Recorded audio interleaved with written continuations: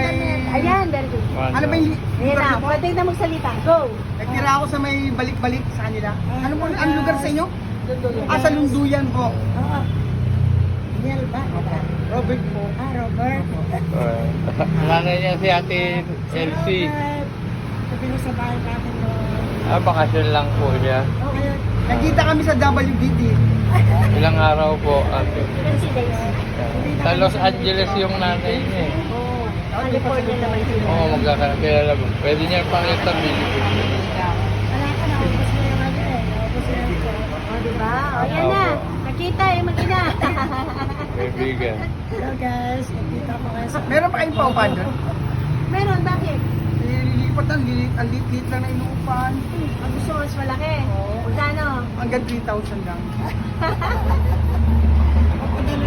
3-5. Marami kang gamit. Tama tubig Rice ilaw. cooker lang, tsaka